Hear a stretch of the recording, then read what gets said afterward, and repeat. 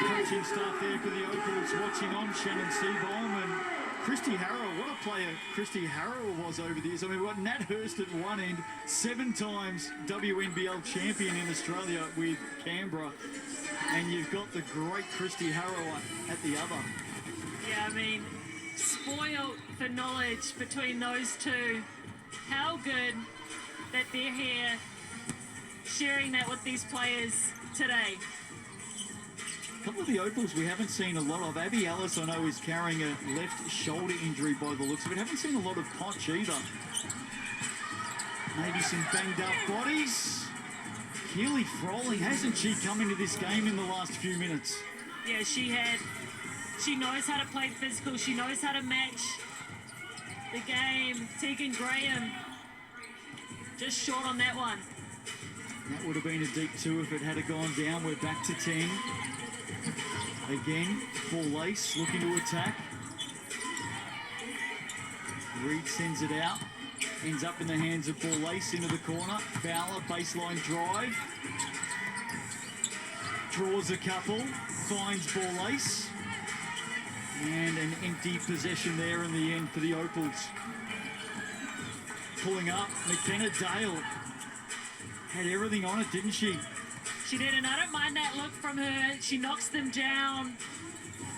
The Tall need something, down 10 with 3 minutes to go. Ball Lace wants to send through Reed. Courtney Woods now. Back to Ball Lace. Fowler. Down low, chipping in. Graham, good hand, ends up with Ball Lace. She's on the prayer. Thought she nailed that then. Right on target, wasn't it? Yeah, but smart for the Tall Ferns to double that, knowing the shot clock was winding down. Just needed someone to rotate Ball Lace faster. Graham sends it inside. Topiano up over the top. Reed comes up with it. As she does, uses her speed quickly down the floor, now settles. Just over 2 minutes to play. It opens up for Steph Reed, who probably couldn't believe how much space she had there in the end. She's just so good around that on-ball part of the game.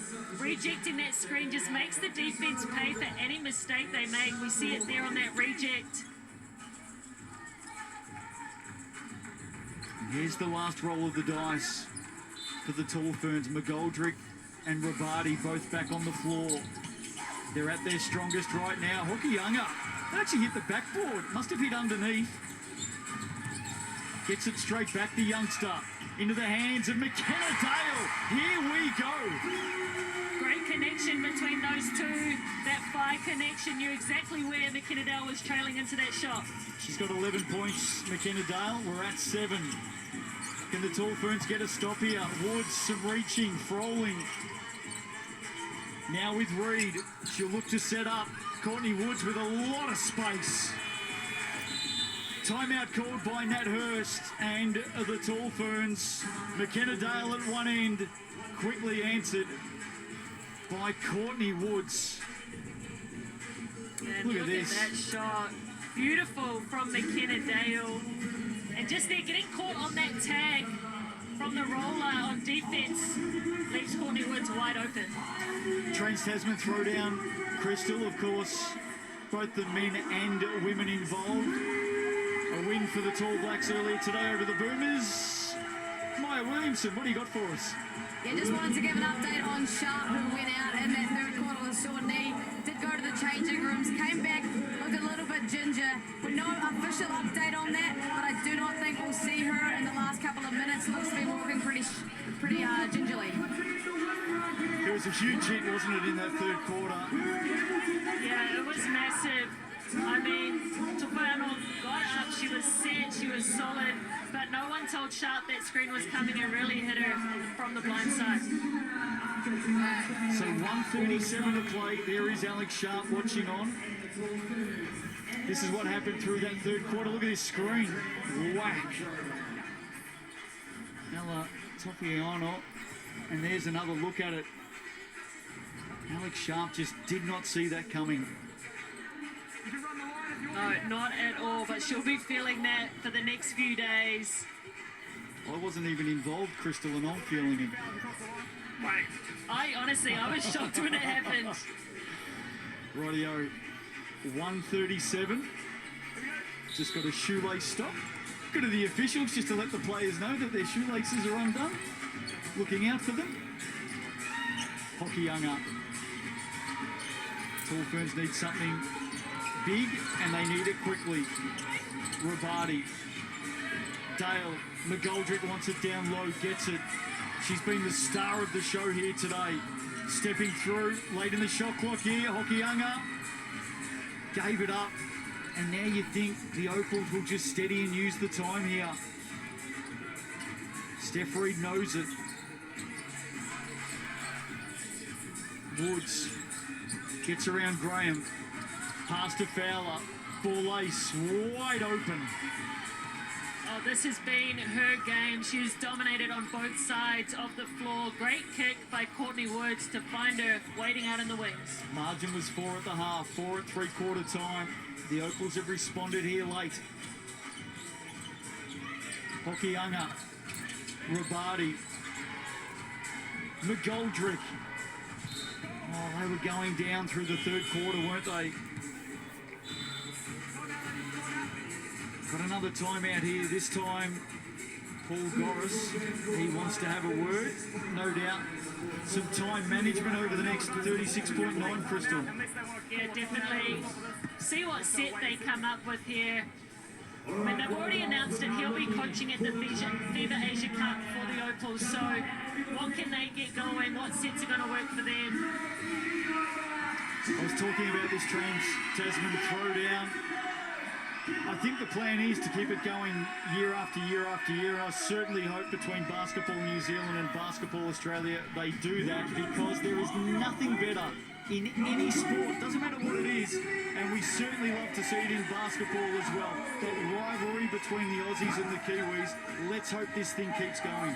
I mean, let's hope this keeps going, especially for the Tall Ferns, because you just cannot replicate international basketball. We need more appearances. We need more games at this level. We need the experience, because we just don't get enough for our program.